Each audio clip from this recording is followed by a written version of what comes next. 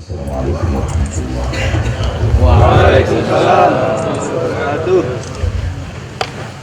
Saya mulai dengan seluruh ayat Al-Quran di dalam batin saya dan di dalam batin Anda.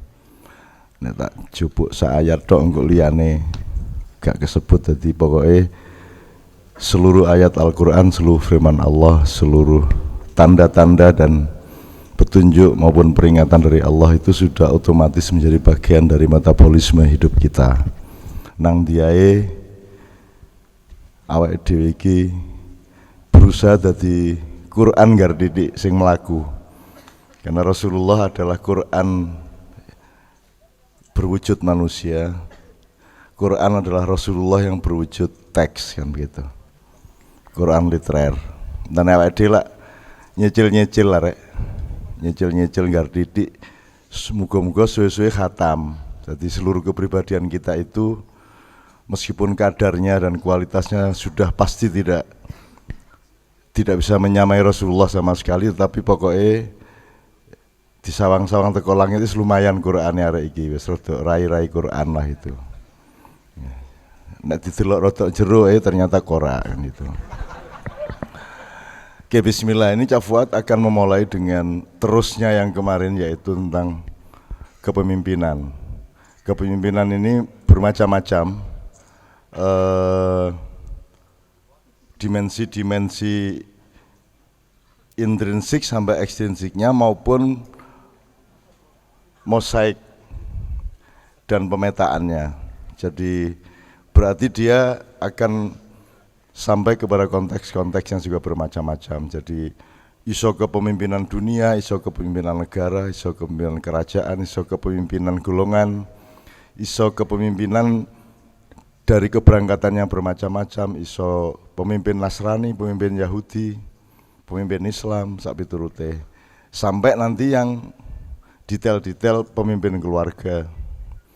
Dan yang paling penting adalah pemimpin dirinya masing-masing.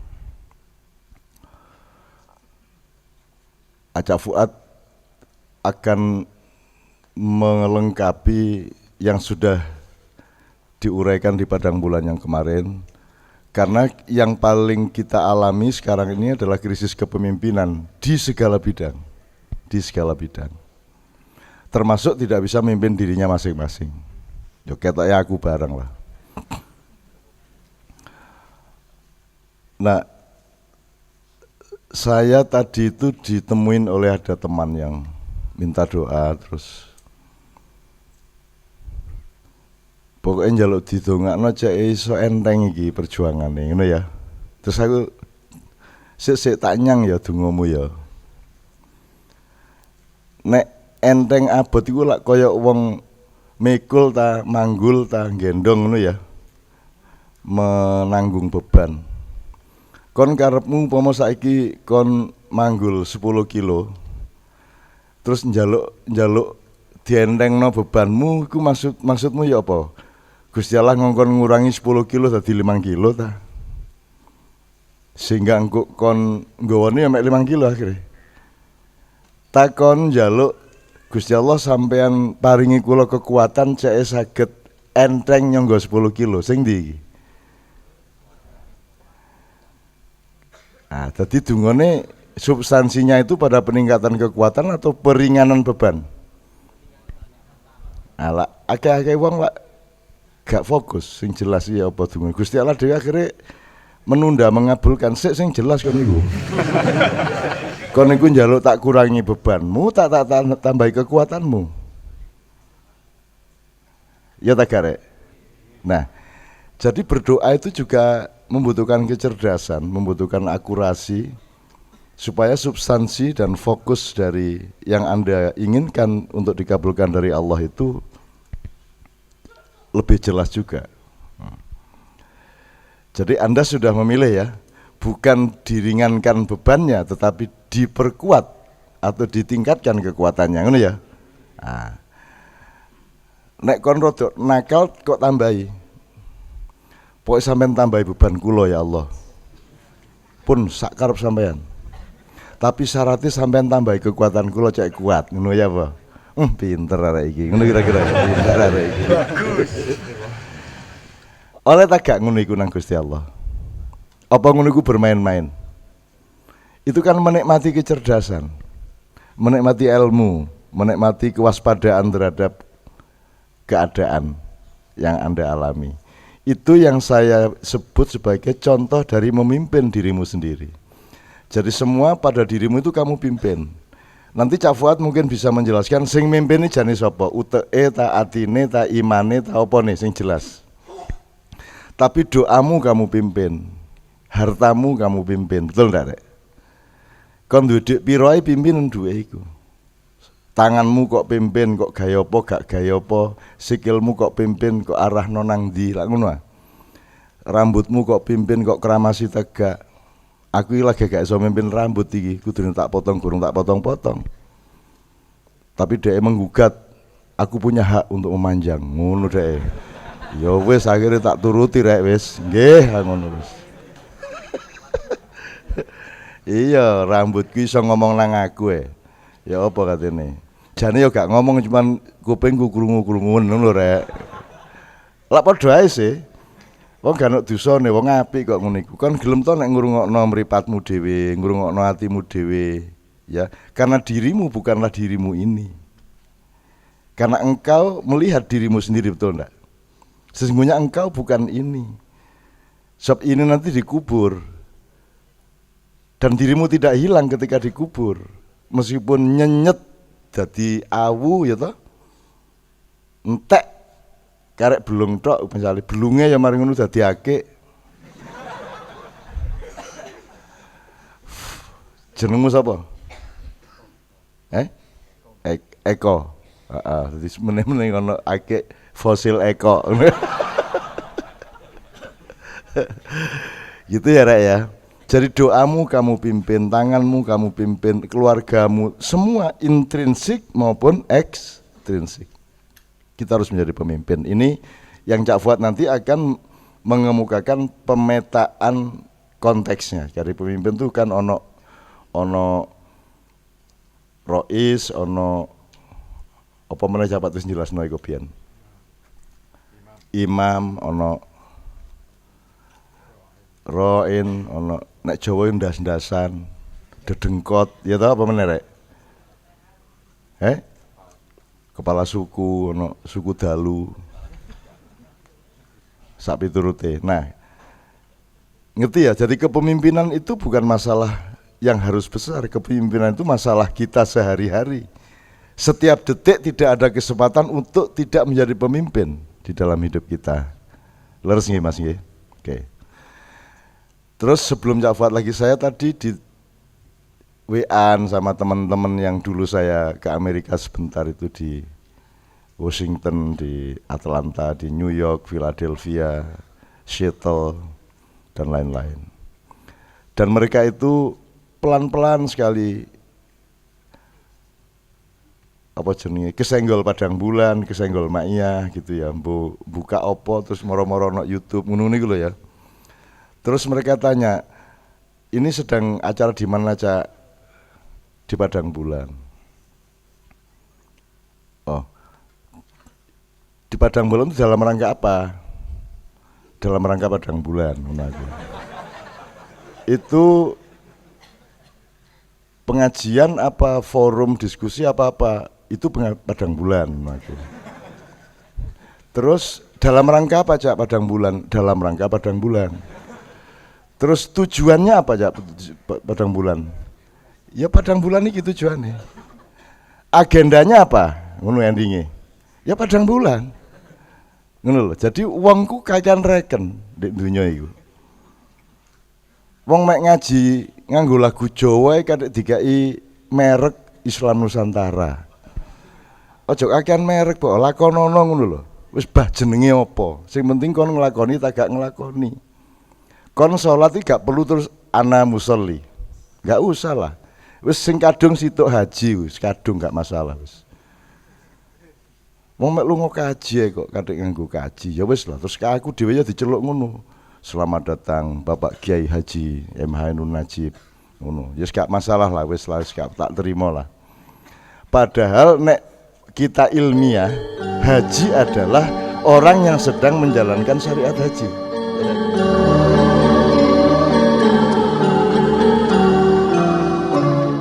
Begitu mulai teko Mekah kon duduk haji meneh. Ayo ya apa kon ayo. Bener tak gak? Musolli ya Pak ya. Adalah orang yang sedang menjalankan sholat. Begitu kan bal-balan, masa musolli? Ada seorang musolli sedang bal-balan, ya gak.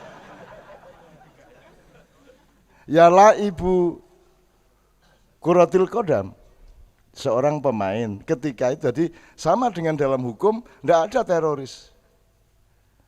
Terus teroris ini diduga teroris terus dihukum, terus dipateni, terus bojone disogok 100 juta misalnya gitu. Tidak ada. Jadi hidup ini sebenarnya kata kerja karena kita tidak sempat berhenti. Jadi Islam itu sendiri kan bukan kata benda ya Fuad ya. Dia punya sifat dinamis kata Islam itu. Nanti ya Fuad mohon menjelaskan. Jadi kini gak kok berleren. Kon tahu leren? Kon iso leren? Leren itu berarti kamu mandek di satu titik dari alur waktu. Iso kon mandek? Gak iso.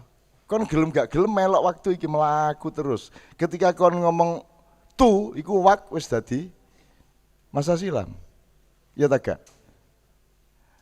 Allah, begitu Allah selesai keucapkan sudah masa silam. Kemudian masa kini, begitu bar ake masa silam wis. Kon gak kok berleren. Kon dadak kadang-kadang terus menengo iya ya, wah iya ya ngono tapi kudu guyu dhewe kok dadi gawe ngilangno stres mergo utang iku penghayatane ngono-ngono iku rek.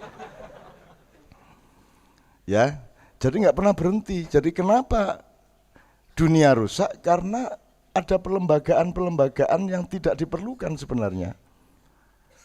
Kalau Anda jadi menteri itu perlu ada institusi kementeriannya, terus Anda menjadi menterinya. Tapi kan Anda menjadi menteri ketika Anda menjalankan tugas kementerian. Begitu longgo angop ya duduk menteri kan. Ya tak gak? Masa anak menteri tugasnya angop? Ngeri ndek kursi, wis duduk menteri kan.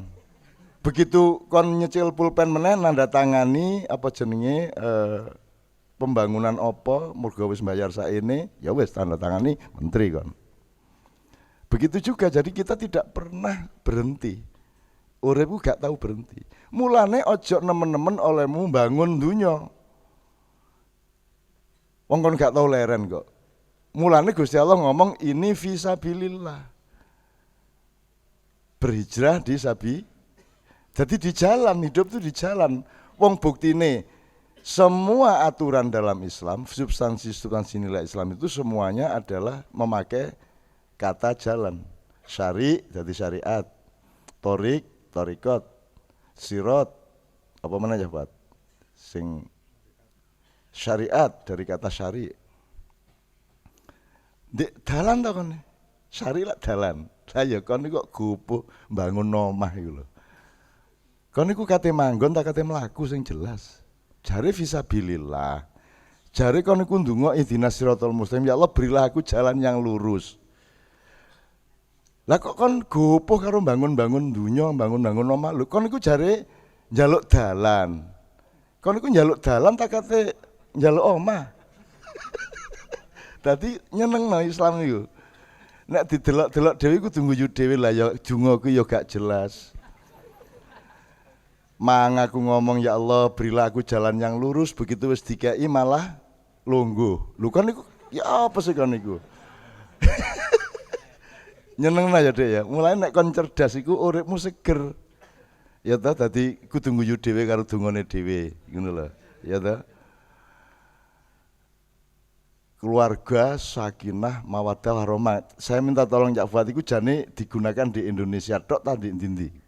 Sing jenenge keluarga sakinah mawaddah warahmah iku wis iku pokoke wis klise wis kabeh wong ngomong keluarga iku kudu sakinah mawaddah warahmah. Ngono. Sakinah iku nek bahasa Inggrisnya prasaku lho ya. Pomah ya Pak ya. Pomah ya, ya apa? Pomah apa mapan apa menetap lah ya pomah. Iki kucingmu wis pomah. jenengno, nek wedok jenengno Sakinah. Nek lanang jenengno Sakin gitu ya. Solikin, oke, Solikin. Terus engko marung malaikat liwat. Kon niku jare kate mlaku fisabilillah. Kok tujuan hidupmu iku manggon secara sakinah. Sing jelas kon niku mlaku ta lungguh. Ngono ya apa kon? Nek kon pinter, kon sastrawan ya dijawab malaikate. Ya saya duduk dalam rangka berjalan. Dibantah meneh malaikate ya ahli retorika. Bagaimana mungkin duduk sebagai berfungsi sebagai jalan? Secara fisik aja mekanismenya tidak mungkin. Ngono bantan karo malaikat kan asik. Oleh ganjaran kon. Mlebu swarga insyaallah kan. Lu kok mlebu swarga? Oh, kulo tau bantan-bantan kali malaikat ya ngono. Oke ya tak singkat, intinya adalah kepemimpinan itu terus kita lakukan.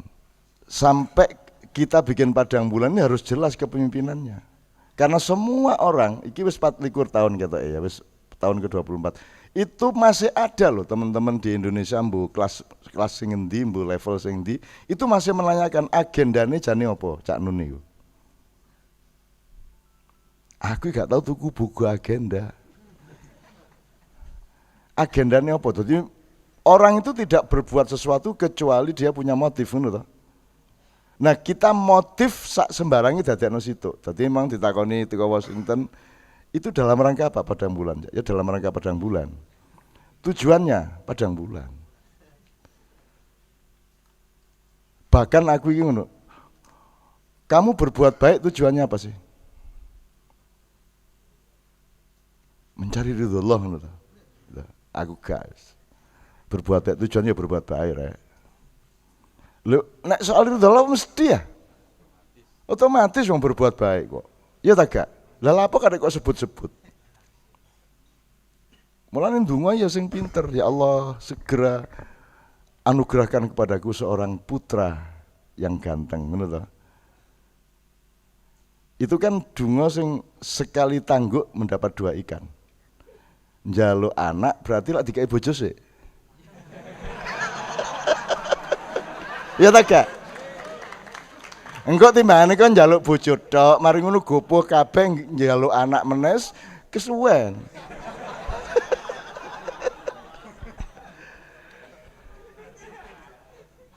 Terus engko ana malaikat sing ngenyang ya. Kamu wong belum kawin kok minta anak. Ya Allah kan Maha tahu. Tidak mungkin Allah memberi saya anak tanpa terlebih dulu memberi istri kan gitu.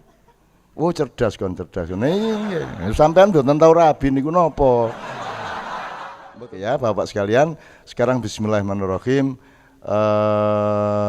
Hal-hal mengenai aplikasi kepemimpinan dan resiko ABC-nya nanti kita omongkan, tapi sekarang kita dengarkan bersama Cak Fuad menyempurnakan dalam tanda petik pandangan-pandangan baku dan syar'i mengenai kepemimpinan dari Islam. Tafadhol Cak Fuad.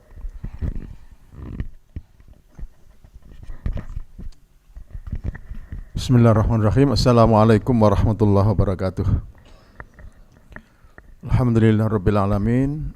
Wassalatu wassalamu ala asyrafil mursalin nabiyyina Muhammadin wa ala alihi wa ashabihi ajma'in, amma ba'd.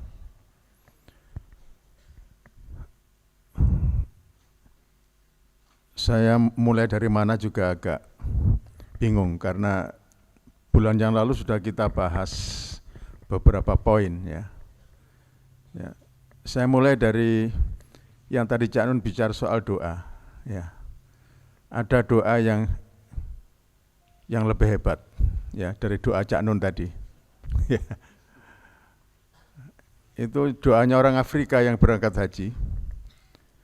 Di sana dia melihat orang-orang pada berdoa dengan bahasa Arab yang fasih, dengan suara keras ya sambil tawaf. Dia bingung, dia nggak bisa sama sekali berdoa. Akhirnya dia berdoa, ya Allah, berikanlah semua permintaan baik orang-orang itu kepada saya. Sudah. Iya. Itu aja diulang-ulang, selesai sudah. Dan konon justru dia yang doanya dikabulkan oleh Allah. Mengapa? Karena dia mengakui kelemahannya. Ya.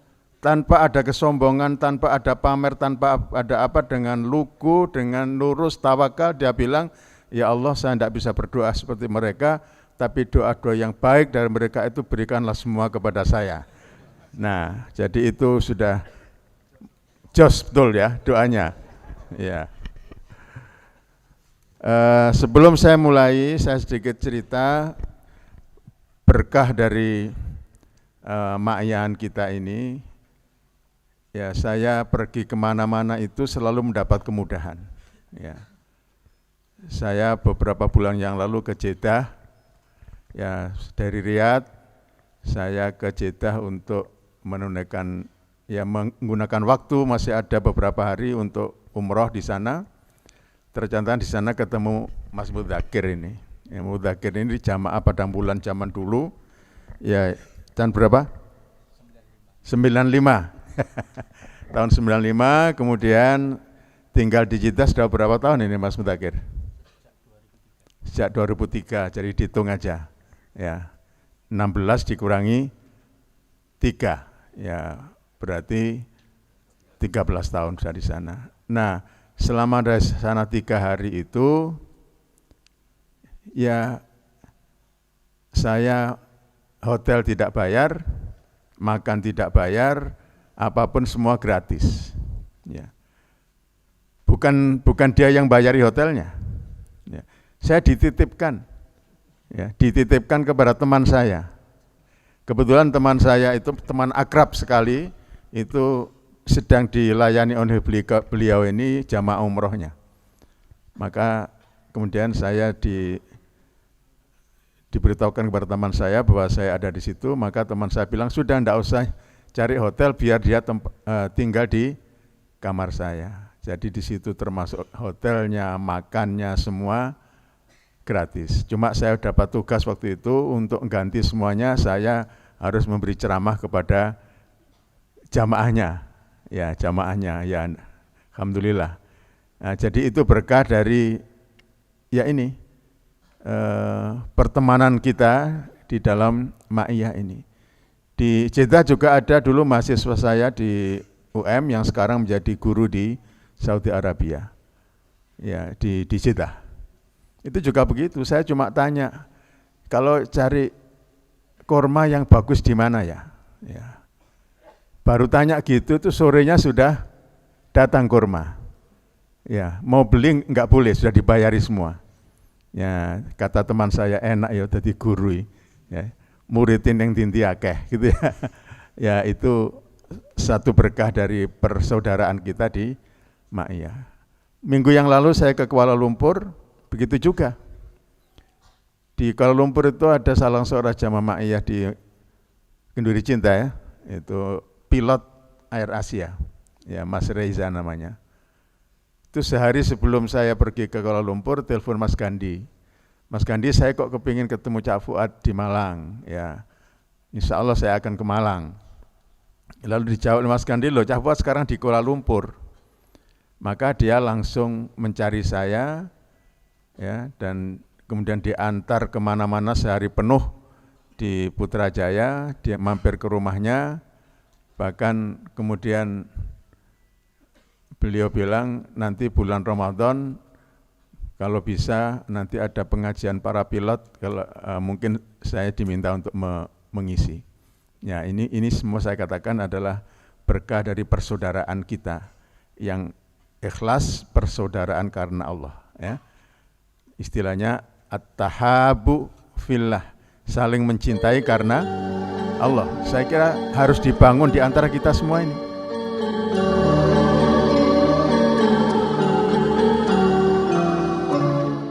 Kita yang hadir di sini ini hendaknya juga membangun persaudaraan, saling mencintai, saling menyayangi semata-mata karena Allah. Ya. Saya kira kita semua sudah begitu, tidak ada di sini yang tujuannya untuk mencari dunia. Ya, kita semua datang ke sini untuk Allah, mudah-mudahan kita dimasukkan oleh Allah kepada rombongan orang-orang yang disebut al-mutahabbina fillah, orang-orang yang saling mencintai karena Allah. Ya. Karena menurut sebuah hadis, nanti ketika mulai pintu surga dibuka, itu ada malaikat yang berdiri dan kemudian bersuara lantang, ya, memanggil orang-orang yang sudah dijanjikan oleh Allah untuk masuk surga yang pertama. Ya, orang yang hadir waktu itu bertanya-tanya, siapa itu? Malaikat berkata, al-mutahabina fillah, orang-orang yang saling mencintai karena Allah, bukan karena dunia. Ya, oleh karena itu mudah-mudahan kita semua yang memang sudah 25 tahun, ya, ada juga yang mungkin baru beberapa tahun atau beberapa bulan, tapi murnikan niat kita bahwa semua ini kita lakukan semata-mata karena Allah, termasuk persaudaraan yang kita bina dalam perkumpulan ini. Ya. Mudah-mudahan dengan demikian kita termasuk orang-orang yang dipanggil oleh malaikat supaya masuk surga lebih dulu. Amin ya rabbal alamin. Ya. Kembali kepada soal kepemimpinan, Rasulullah mengatakan kullukum ra'in. Ya. Setiap kamu itu adalah ra'in. Ra'in bulan yang lalu sudah saya sampaikan, artinya awalnya maknanya adalah penggembala. Ra'i itu penggembala, yang artinya dalam penggunaan bahasa yang umum ada ra'i itu berarti orang yang melakukan pekerjaan sebagai penggembala. Apakah penggembala kambing, penggembala sapi, penggembala apa saja hewan, ya, itu ra'in. Kemudian kata penggembala ini dibawa oleh Rasulullah kepada pengertian seorang pemimpin. Kullukum ra'in, setiap kamu itu adalah pemimpin. Wa kullu ra'in mas'ulun an ra'iyatihi. Dan setiap pemimpin itu akan diminta pertanggungjawabannya tentang ra'iyahnya, yaitu yang dipimpinnya. Ra'iyah kemudian berubah ke dalam bahasa Indonesia menjadi rakyat. Jadi rakyat itu dari ra'iyah. Ya. Jadi pemimpin rakyat ini bukan hanya mempertanggungjawabkan kepemimpinannya kepada rakyat, tapi juga kepada Allah Subhanahu wa ta'ala. Nah, ini barangkali yang membedakan filosofi kepemimpinan di dalam Islam dan yang sekuler. Atau mungkin pada agama-agama yang lain kita tidak tahu. Tapi kalau dalam Islam, mas'uliyah atau pertanggungjawaban seorang pemimpin itu bukan hanya kepada rakyat, tapi kepada Allah Subhanahu wa ta'ala. Oleh karena itu Umar bin Khattab sebagai khalifah Amirul Mukminin yang tinggal di Madinah, ketika mendengar berita ada seekor kuda yang tergelincir di jalan karena jalannya bolong-bolong, kemudian kuda itu mati, maka Umar bin Khattab ini langsung menangis dan mengatakan, bagaimana nanti aku mempertanggungjawabkan kepada Allah? Ya, ada jalan yang rusak sehingga ada kuda yang lewat di situ tergelincir dan mati. Yang mati hanya seekor kuda. Dan itu Umar tinggal di Madinah, kejadian itu di Baghdad. Ya, berapa kilometer itu? Ya. Tapi itulah seorang pemimpin. Ya. Ingat tanggung jawabnya kepada Allah sehingga dia menangis. Ya. Begitu juga ketika suatu malam Umar bin Khattab itu sedang melakukan pemantauan di berbagai wilayah, kalau istilah sekarang barangkali belusuan gitu ya. Jadi ya Umar itu kalau belusuannya ya sudah dari dulu belusuan. Tapi enggak pernah bawa wartawan memang. Ya. Ketika dia melihat ada seorang ibu yang sedang menanak batu, bukan menanak nasi atau menanak apa, menanak batu. Tujuannya untuk menenangkan anak-anaknya yang sedang kelaparan menangis sampai mereka tertidur. Ya, maka Umar kemudian merasa dia bertanggung jawab, maka kembali ke Baitul Mal Dia ambil sekarung gandum dan dia panggul sendiri. Ketika sahabat yang mengawalnya itu meminta agar dia yang memanggul, Umar menjawab, "Enggak, kamu enggak bisa menggantikan membebaskan saya dari api neraka. Ya, saya sendiri yang harus memanggul, karena ini adalah tanggung jawab saya." Ya, mungkin ini sebagian ada yang mengatakan, itu kan cuma cerita fiksi, ya, lebay. Enggak. Itu kisah betul yang dialami oleh Umar bin Khattab. Juga pemimpin-pemimpin yang lain, ya. Kita kenal Umar bin Abdul Aziz, ya, Ali bin Abi Thalib dan sebagainya. Jadi selalu membawa tanggung jawab kepemimpinannya itu bukan hanya kepada rakyat, tapi juga kepada Allah Subhanahu wa ta'ala. Nah, ini filosofi kepemimpinan, salah satunya yang bisa saya jelaskan, ya. Jadi ra'in, dari kata ra'in saja kita sudah bisa mengambil makna atau filosofi dari kepemimpinan. Seorang penggembala itu apa fungsinya? Pertama tentu menjaga, memelihara agar yang digembalakan itu ketika keluar dari kandang dan pulang ke kandang itu jumlahnya sama. Berarti enggak ada yang sampai dimakan serigala dan sebagainya. Ya. Berarti dia bertanggung jawab atas keselamatan dari yang digembalakannya. Pemimpin juga begitu. Dia bertanggung jawab atas keselamatan dari yang dipimpinnya. Ya. Coba bandingkan dengan keadaan yang sekarang. Ya. Ada kisah laki-laki berkaitan dengan Umar. Seorang penggembala, seorang budak hitam menggembalakan ribuan kambing di sebuah padang luas. Umar dan sahabat yang lain datang kepada dia untuk menguji. Ya, saya ingin beli 1 kambingmu untuk kami sembelih. Ya. Penggembala itu menjawab, "Wah, ini bukan punya saya, ini punya majikan, saya hanya penggembala." Ya. Lah ribuan kambing begini mana dia tahu kalau 1 saja saya beli dan kamu dapat uang. Ya. Dia tidak akan tahu, tidak akan melihat juraganmu. Tapi si penggembala kemudian mengatakan, "Wa ainallah." Majikan saya tidak melihat, tapi Allah di mana? Apakah Allah tidak melihat? Nah, ini tanggung jawab seorang penggembala itu. Keselamatan dari yang digembalakannya. Nah, ini barangkali hal seperti ini memang kalau kita kemudian bandingkan dengan realitas kepemimpinan sekarang, barangkali sangat jauh sekali. Ya. Kalau Umar hanya seekor kuda mati, tergelincir di jalan, kemudian menangis takut kepada Allah. Kalau pemimpin sekarang ribuan mati, bisa tidur nyenyak saja dia. Ya. Tidak ada merasa bersalah sama sekali. Nah, itu dari kata ra'in, ya, kata ra'in. Kemudian tadi juga sudah disinggung oleh Cak Nun bahwa Rasulullah mengatakan setiap kamu adalah pemimpin. Ya.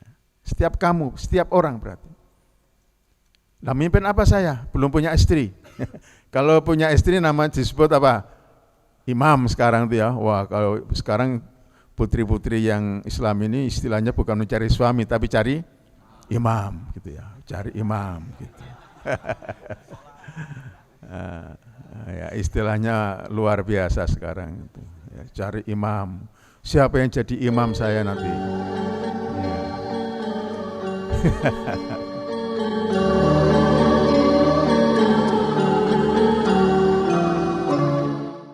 Nah, setiap orang menjadi imam bagi dirinya sendiri. Ya. Bagaimana supaya diri kita ini ya terkendali.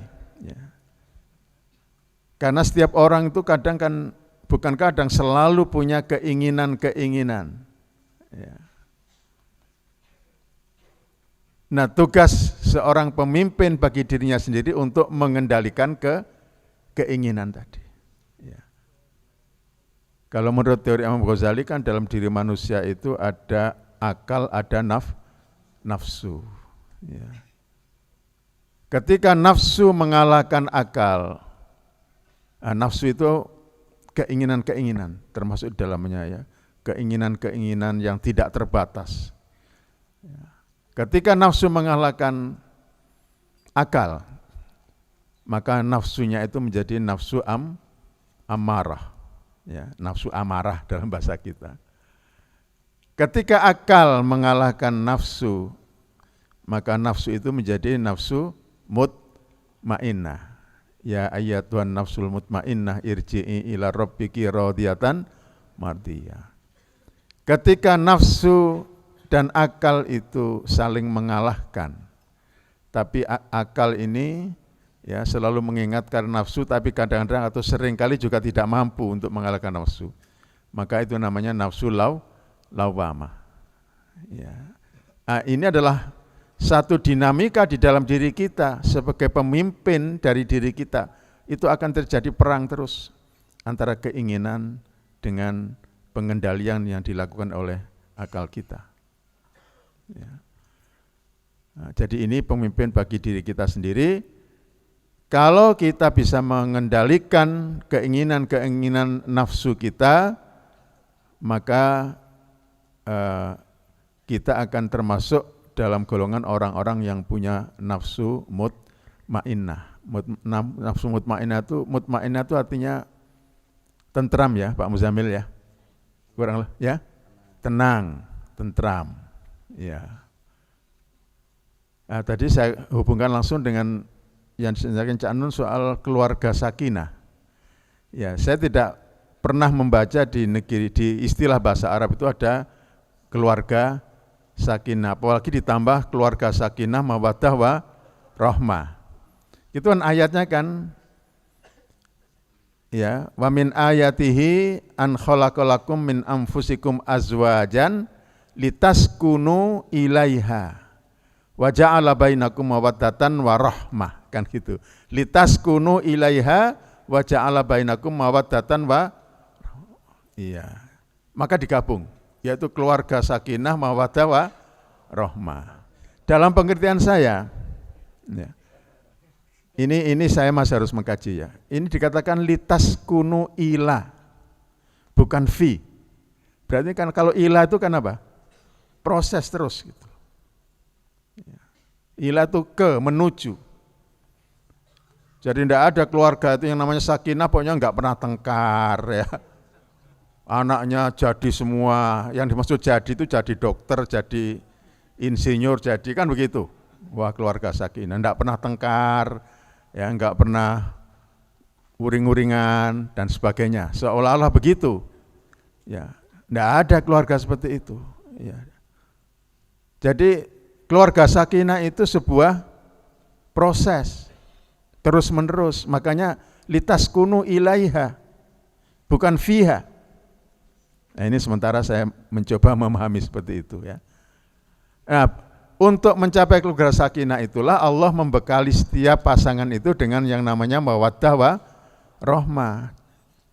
Jadi cukup keluarga sakinah, misalnya kalau kita sebut keluarga sakinah, mawaddah warahmahnya enggak usah diteruskan begitu, karena mawaddah warahmah itu adalah anugerah Allah kepada setiap manusia untuk bisa menciptakan keluarga sakinah tadi. Dalam arti keluarga sakinah itu sebuah proses, ya, sebuah proses.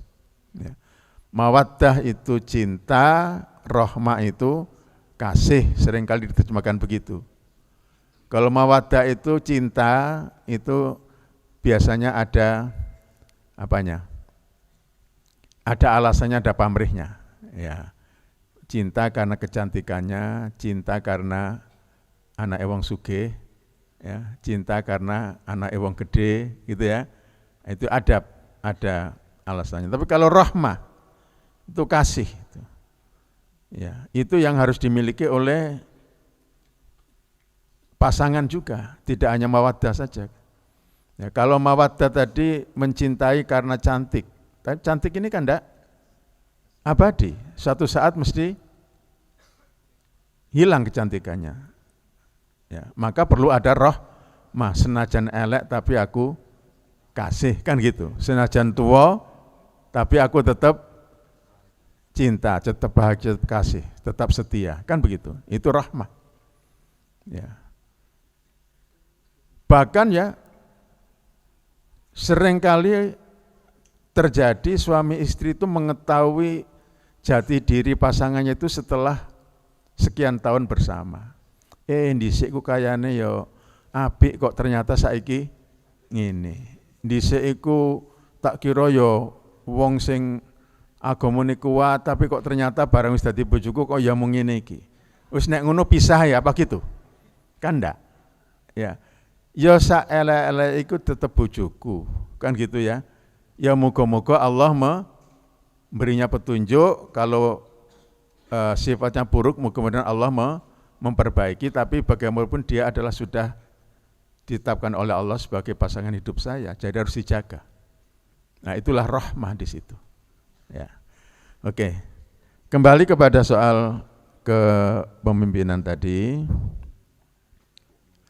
Kalau kita membaca buku-buku fikih, nah ini yang ahli ini Pak Muzamil ini. Saya cuma sedikit-sedikit tahu saja gitu ya. Jadi syarat-syarat pemimpin itu ada disebutkan dalam kitab-kitab, nanti lengkapnya Pak Muzamil, itu misalnya nomor 1 selalu disebut Islam, gitu ya Pak Muzamil ya.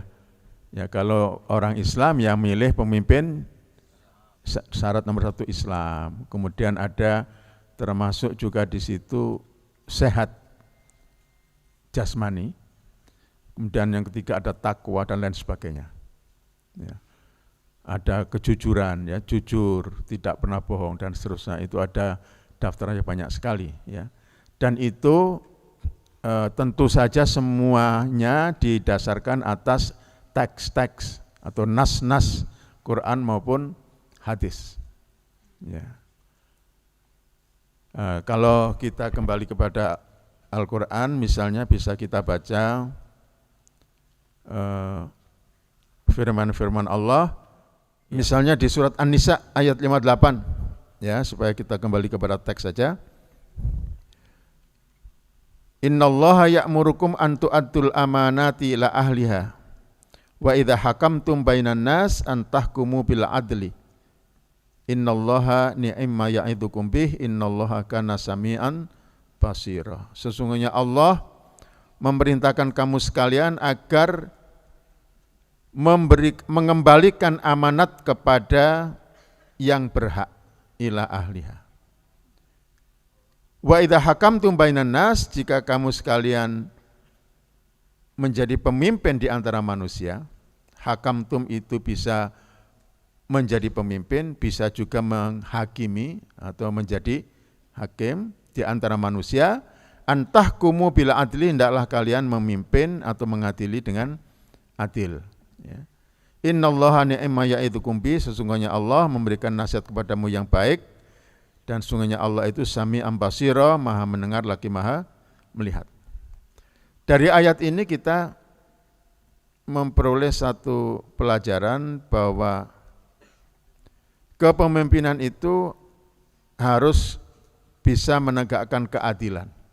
Wa idza hakamtum bainan nas an tahkumu bil adli. Ya, jadi keadilan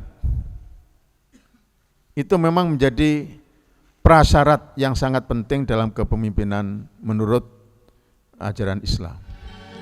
Tapi nanti ketika membandingkan itu harus pas gitu ya. Jadi kalau membandingkan pilih mana, pemimpin kafir yang adil atau pemimpin muslim yang zalim.